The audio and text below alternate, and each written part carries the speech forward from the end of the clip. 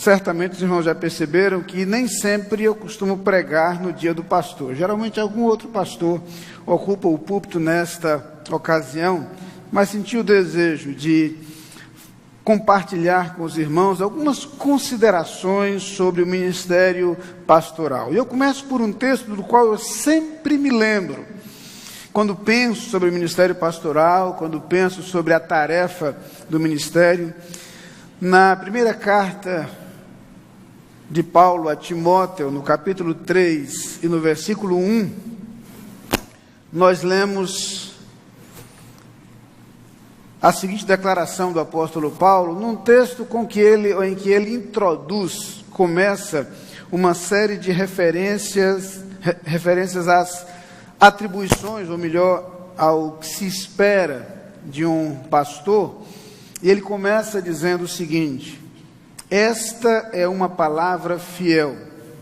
Se alguém deseja o episcopado, excelente obra deseja. Se alguém deseja o episcopado, excelente obra deseja.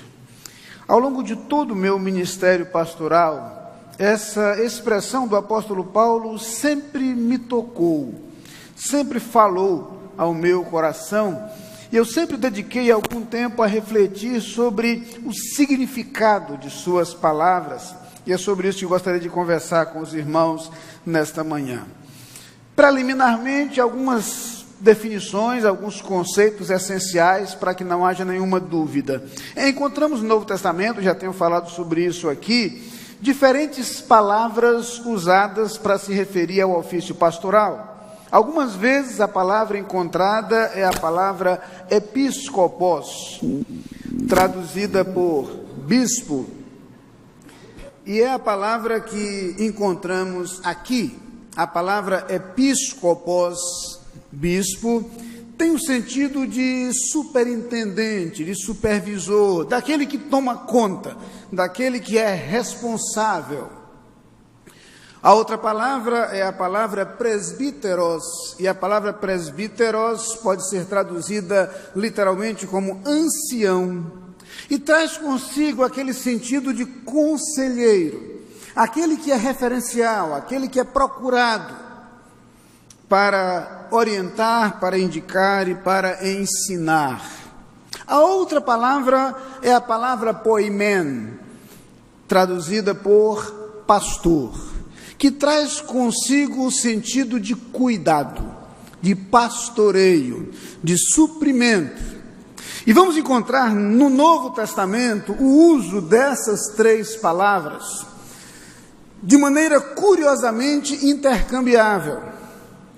Em algumas eclesiologias, inclusive, há até uma estrutura hierárquica em que essas palavras são usadas para designar funções diferentes. E há presbíteros, há pastores e há bispos. No Novo Testamento não há muito espaço para essa distinção. Por exemplo, quando Paulo, em Atos capítulo 20, fala aos presbíteros de Éfeso, ele se dirige a eles no versículo 28, diz: olhai por vós e por todo o rebanho sobre que o Espírito Santo vos constituiu bispos, para apacentardes a igreja de Deus, que ele resgatou com seu próprio sangue. Ele se dirige, portanto, aos presbíteros, para dizer que Deus os constituiu bispos para apacentarem a igreja, o que deixa claro que eram as mesmas pessoas. Os pastores eram, portanto, bispos, foram colocados por Deus como supervisores da igreja, eram, portanto, presbíteros e por isso são considerados anciãos e conselheiros, e eram também pastores, eles tinham a função de pastorear. Não há, portanto, no Novo Testamento essa distinção hierárquica. Quando Paulo vai se referir, por exemplo, às qualificações, ele fala das qualificações para o episcopado, do bispo. Outras vezes se dirige aos líderes e os chama de presbíteros, ou seja, na verdade, os líderes da igreja, ora eram chamados de pastores, ora de bispos, ora de presbíteros, de acordo com a função ou atribuição que eles desempenhavam no ofício ministerial. Quando ele vai falar, na verdade, de duas categorias de líderes na igreja, aí sim ele fala de presbíteros, ou pastores, ou bispos, e diáconos. Aí sim ele faz a distinção, inclusive sobre as qualificações necessárias aos pastores e qualificações necessárias aos diáconos. Essa informação preliminar para entendermos, inclusive, porque na eclesiologia batista nós não temos essa distinção funcional de presbíteros, pastores e bispos, por entendermos que essas palavras definem não funções, não cargos, mas atribuições, responsabilidades. O líder da igreja pastoreia, o líder da igreja dirige a igreja, o líder da igreja aconselha. Por isso é ora chamado de presbítero, ora de bispo, ora de pastor. Algumas igrejas em alguns países usam muito a expressão pregador para se referir ao pastor, enfatizando aí uma outra função importante no exercício do ministério. Entendida esta informação preliminar, só mais um detalhe. Como nós não temos na eclesiologia batista o conceito hierárquico e, sobretudo, o conceito clerical, defendemos o princípio do sacerdócio universal do crente. Entendemos que o pastor é um membro da igreja, cabeça da igreja é Cristo, e tem funções diferentes, mas somos todos ministros de Cristo, somos todos sacerdotes, temos todos acesso ao Pai, temos todos a oportunidade e a possibilidade de ministrar, temos todos a missão de cooperar uns com os outros, temos todos a responsabilidade de evangelizar o mundo. É bom que entendamos, portanto, isso. Não há conceito de clericalismo na eclesiologia batista, não há conceito de mediação. Pastor não é mediador, pastor é membro do corpo de Cristo, com atribuições e responsabilidades específicas definidas pela vocação ministerial. Entendidas essas informações preliminares, vamos ao texto. Paulo diz que aquele que aspira ao episcopado, claro, então ele se refere ao ministério pastoral, excelente obra deseja. Por que excelente? Eu queria começar pela negação. Dá para entender pela vida de Paulo e por sua experiência que ele não queria dizer que o ministério fosse excelente por suas facilidades. Paulo definitivamente não poderia dizer isso. Basta ler, por exemplo, quando ele escreve a segunda carta aos Coríntios, no capítulo 11, a partir do versículo 23, ele se referia a algumas coisas de sua experiência pastoral. E ele diz: são ministros de Cristo, falo como fora de mim, eu ainda mais, em trabalhos muito mais, em prisões muito mais, em açoites sem medida, em perigo de morte muitas vezes. Dos judeus, 5 vezes recebi 40 açoites menos 1. 3 vezes fui açoitado com varas. 1 vez fui apedrejado. 3 vezes sofri naufrágio. 1 noite e 1 dia passei no abismo. Em viagens muitas vezes, em perigos de rios, em perigos de salteadores, em perigos dos da minha raça, em perigos dos gentios, em perigos na cidade, em perigos no deserto, em perigos no mar, em perigos entre falsos irmãos, em trabalhos e fadiga, em vigílias muitas vezes, em fome e sede, em jejuns muitas vezes, em frio e nudez.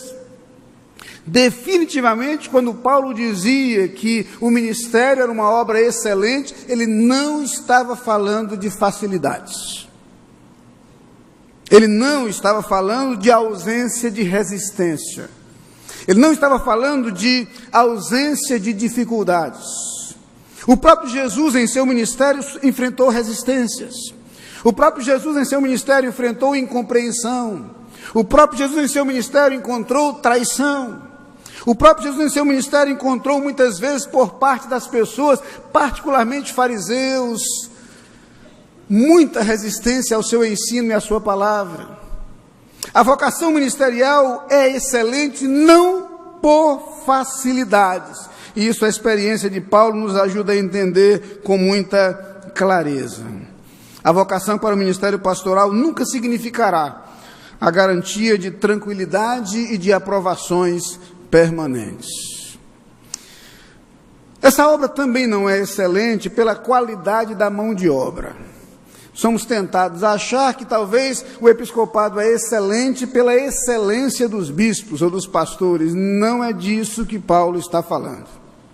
Nesse ponto, Paulo também tinha uma consciência muito clara de suas limitações. Ele chega a dizer que é o principal dos pecadores. Lamenta em sua luta contra a tentação e chega a dizer: o bem que eu quero fazer não faço, o mal que não quero, esse faço. Miserável homem que sou, quem me livrará do corpo dessa morte?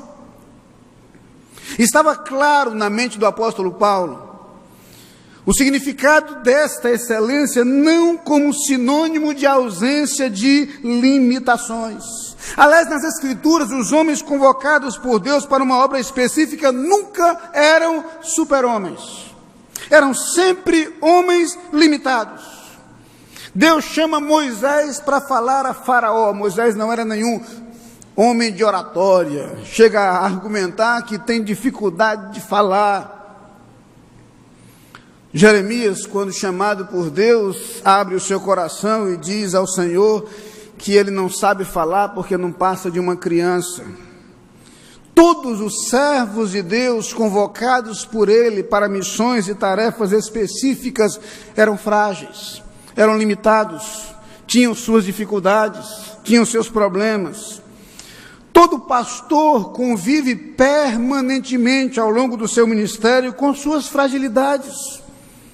Todo pastor luta contra a tentação. Todo pastor convive permanentemente com a frustração de não conseguir dar conta da demanda do ministério. Convive permanentemente com a percepção de que suas fragilidades o impedem de realizar tudo quanto ele deveria realizar. Todo pastor sabe que essa obra não é excelente porque ele o seja. Aliás, abro um parênteses para lembrar que nunca o pastor conseguirá dar conta da demanda e das expectativas, sobretudo numa igreja grande como a nossa. Não conseguimos dar conta da demanda e das necessidades. Os irmãos não imaginam o quanto isso pesa sobre nossos ombros. Ousaria dizer que talvez a parte mais difícil do ministério é a sensação permanente de que estamos devendo. A sensação permanente de que não correspondemos às necessidades. A sensação permanente de que há muito mais a ser feito e nós estamos muito distantes daquilo que precisaria ser feito. O cuidado de uma igreja é algo desafiador, mormente numa igreja grande. Muito mal conseguimos tentar acompanhar os casos agudos de enfermidade ou de problemas dessa ou daquela ordem, até porque pastor atende a todo tipo de dificuldade. Não imaginem os irmãos os casos mais estranhos que chegam no gabinete. Temos as nossas limitações, embora isso às vezes seja difícil de ser entendido. Até porque a gente sabe que é natural e é até bonito que a igreja queira a presença do pastor e o cuidado do pastor, e isso é significativo, isso é bonito de se ver. Eu fico imaginando o problema com o qual lidou Moisés quando Jetro o convenceu a estabelecer homens para cuidar de 100, de 50, de 10. E imagino o quanto de gente chegava para aqueles homens: não, a gente quer falar com Moisés, o outro não serve não, só serve Moisés. Complicado, é difícil entender. E como disse, é bonito ver esse desejo de estar perto, mas nós do outro lado temos que conviver permanentemente com essas limitações. E lembro-me então das palavras de Jetro a Moisés: desse jeito você vai se acabar, e o povo também, porque não é possível dar conta de toda essa demanda. Graças a Deus, hoje as igrejas conseguiram entender isso, e nas estruturas em que há equipes ministeriais, isso tem sido redistribuído. Isso, sem dúvida, ajuda muito. Mas somos frágeis, somos limitados, temos as nossas imperfeições. Uma das coisas com as quais convivo em meu ministério é a minha capacidade de me distrair. As irmãos que convivem comigo mais de perto sabem que tem hora que eu sou desligado mesmo. Nunca aconteceu de eu deliberadamente deixar de falar com alguém. Não aconteceu ainda, mas já aconteceu muitas vezes, de eu passar por alguém e nem perceber. E de vez em quando algum irmão magoado vem dizer: o pastor não falou comigo por quê? O pastor está chateado comigo, o que foi que eu fiz? Meus irmãos, ou eu realmente não vi, ou eu não estava ali. Porque às vezes a gente não está, mas não está. E às vezes há tantas coisas na mente que a gente não consegue se aperceber das coisas. Nesse ponto, minha esposa tem me ajudado muito, como fez agora de manhã. Às vezes a gente não vê, não consegue perceber tudo. Mas, irmãos, entendam que essa obra não é excelente, porque Deus chamou homens perfeitos. Longe disso. Deus sempre chama homens extremamente limitados. Essa obra não é excelente pela garantia da aprovação. Não existe esta garantia. Até por isso, convivemos com as nossas falhas. Nós, pastores, somos falhos. Nós, pastores, cometemos erro. Por outro lado, irmãos, não gostaria de dizer isso, mas irmãos são obrigados a admitir que a ovelha também erra. Eu sei que é muito raro, mas acontece. Então, às vezes, não é nem por conta do erro do pastor, que às vezes a ovelha também comete um erro, por mais raro que isso possa ser. Além disso, há aquelas situações em que não é que ninguém errou, é que nós pensamos diferente. Temos ideias diferentes, temos prioridades diferentes, temos pensamentos diferentes, temos jeito diferente de fazer as coisas. E é absolutamente impossível encontrar unanimidade no corpo de Cristo. Embora tenhamos uma cabeça só, somos diferentes como membros. E o ministério pastoral sempre conviverá com a possibilidade da rejeição a algumas atitudes, a algumas decisões, a alguns passos, e nós convivemos permanentemente com isso. Mas é bom lembrar que a obra não é excelente pela expectativa de aprovação permanente, porque ela não seria impossível. Aliás, a palavra de Deus vai mostrar que todos os grandes servos do Senhor também conviveram com esse tipo de dificuldade. Aqui abro mais um parênteses, dessa vez para dizer que tenho me sentido sim um privilegiado.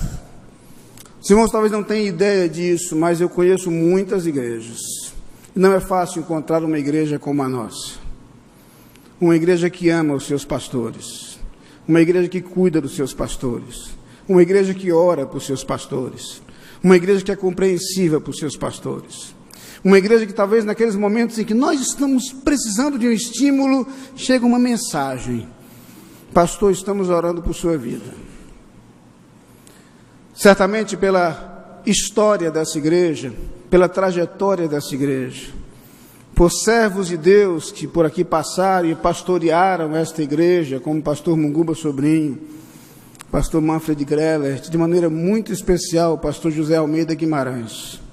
Esses servos de Deus construíram nessa igreja um amor muito grande pelos seus pastores, um respeito muito grande pelos seus pastores e uma admiração muito grande pelos seus pastores. Eu sei que isso, se por um lado representa uma alegria muito grande para nós, por outro representa um peso gigantesco sobre nossos ombros. Mas somos privilegiados de estar numa igreja como essa. E falo, irmãos, como quem conhece muito sobre igrejas e conhece muitas igrejas.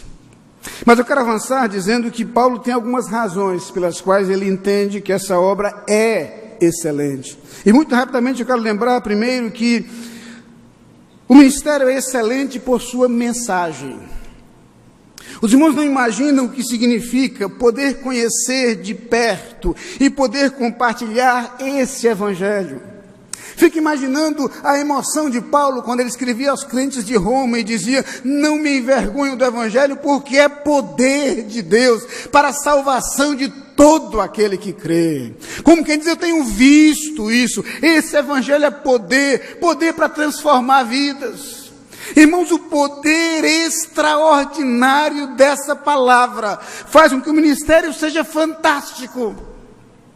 É a mensagem que é transmitida que produz frutos extraordinários na vida das pessoas.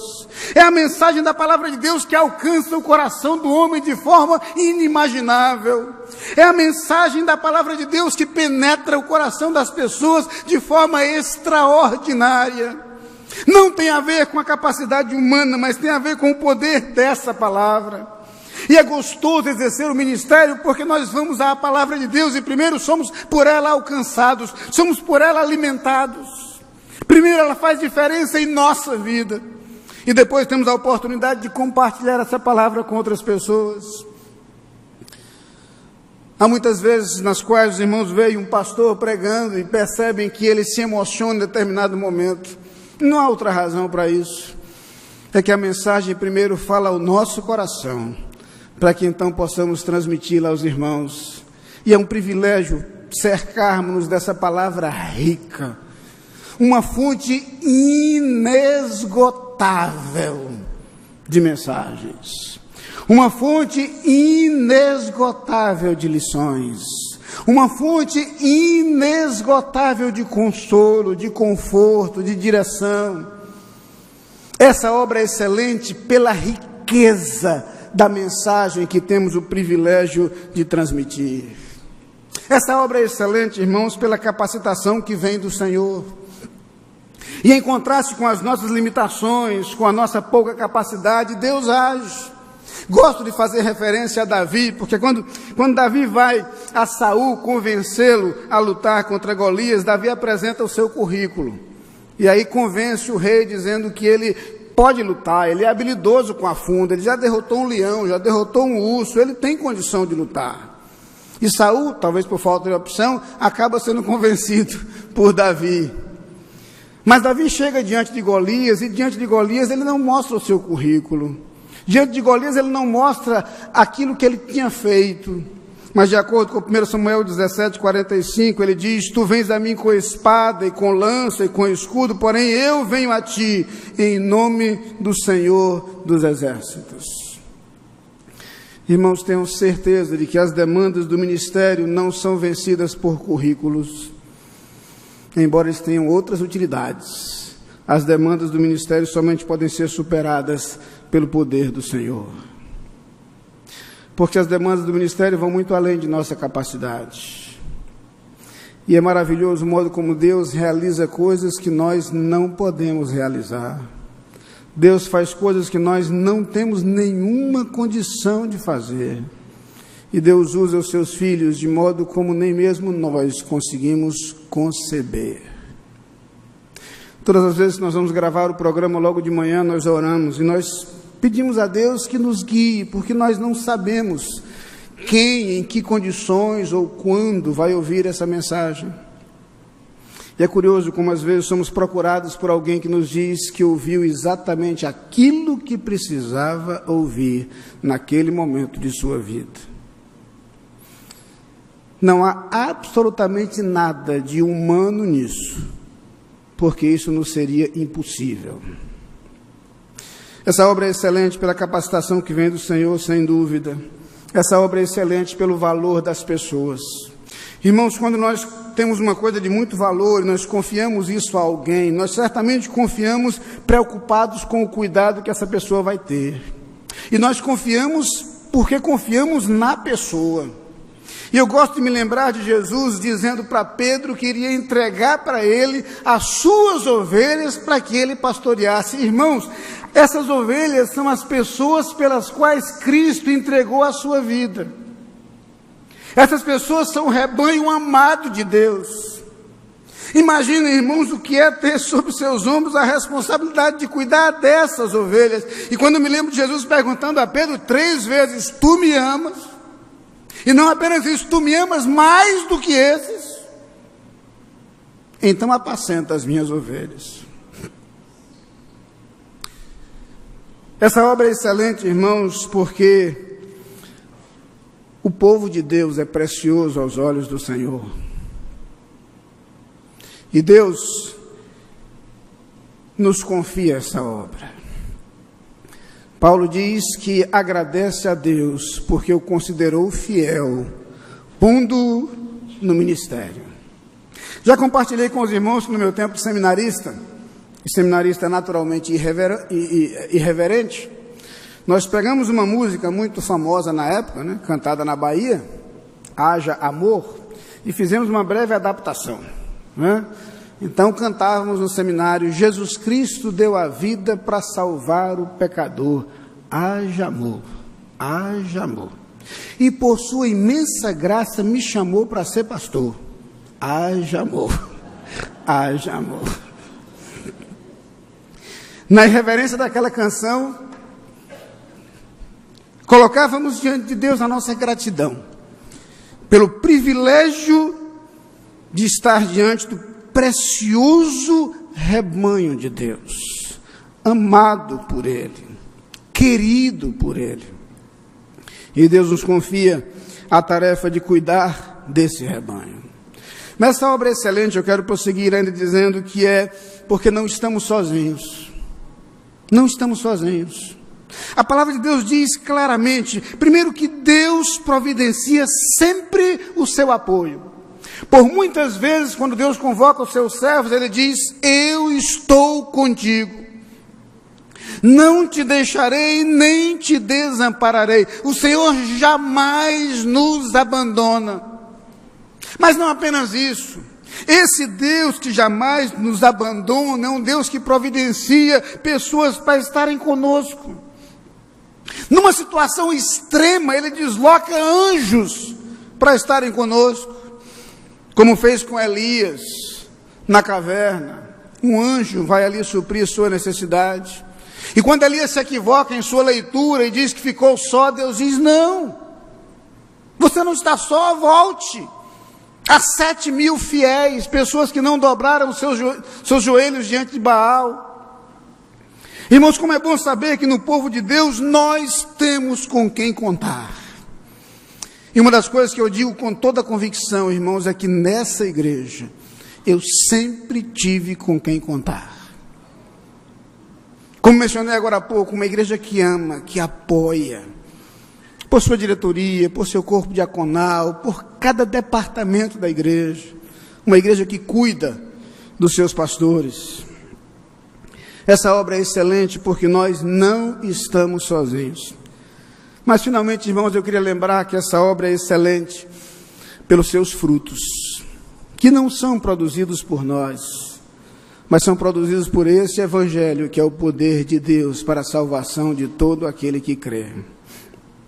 E quando João escreve que não há alegria maior do que saber que os seus filhos andam na verdade, ele está refletindo o sentimento que há no nosso coração.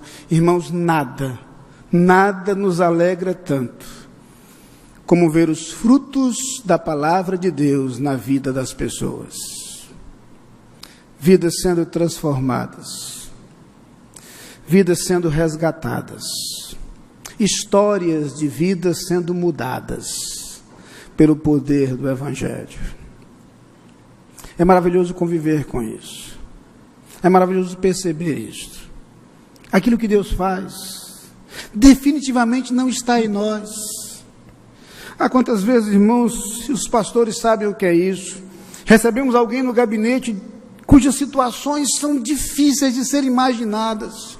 Nós definitivamente não sabemos o que dizer ou o que fazer naquela situação. Os irmãos não imaginam o peso que as palavras têm naquele momento. Fui pregar numa outra igreja ontem, encontrei uma irmã e ela dizia que era membro de uma outra igreja. Na verdade, nunca chegou a ser minha ovelha, era membro de uma igreja próxima à minha, tinha familiares numa igreja que pastoreei há mais de 20 anos. E ela me procurou para compartilhar comigo que alguns meses atrás completaram-se 25 anos de um momento em que ela perdeu 2 filhos com um intervalo muito pequeno de dias. Uma situação muito difícil. E ela se aproximou para compartilhar comigo que naquela ocasião ela havia conversado comigo. E ela se lembra ainda hoje do que eu disse naquele momento. E sabe, irmãos, terem uma ideia do peso da responsabilidade e da absoluta impossibilidade de fazermos isso por nossa própria sabedoria. É impossível. É impossível. Só Deus pode conduzir essa obra. Só Deus pode realizar essa obra. Por imensas que são as nossas limitações. Contei aos irmãos outro dia que encontrava alguém que se encontrou comigo e conversou comigo: pastor, eu quero lhe agradecer. Eu disse: por que, meu irmão? Eu quero agradecer porque domingo eu estava precisando muito decidir alguma coisa, e eu liguei o rádio e ouvi o culto da igreja pelo rádio, e aquilo que o senhor me disse foi a direção, foi o direcionamento para aquilo que eu precisava decidir. Eu disse imediatamente: eu não tenho nada a ver com isso. Eu sei lá o que foi que ele decidiu, eu não sei quem é você, o que você estava assistindo, que você estava assistindo o culto pelo rádio naquela hora, eu não tenho a mínima ideia de que problema você estava passando, então não me coloque nessa história, eu não tenho nada a ver com isso. Mas, irmãos, o ministério nos proporciona a oportunidade de colher frutos extraordinários. E a Bíblia ainda diz que nem todos nós colhemos agora. Mas o lindo Salmo 126 termina com o salmista dizendo que quem sai andando e chorando enquanto semeia, voltará sem dúvida com alegria, trazendo consigo seus feixes. Finalmente, na segunda carta do apóstolo Paulo aos Coríntios, no capítulo 4, versículo 7, nós encontramos aquela que talvez seja uma das melhores definições do ministério. O apóstolo Paulo escreve aos crentes de Corinto e diz sobre a preciosidade do Evangelho: temos, porém, este tesouro em vasos de barro, para que a excelência do poder seja de Deus e não de nós. Amém.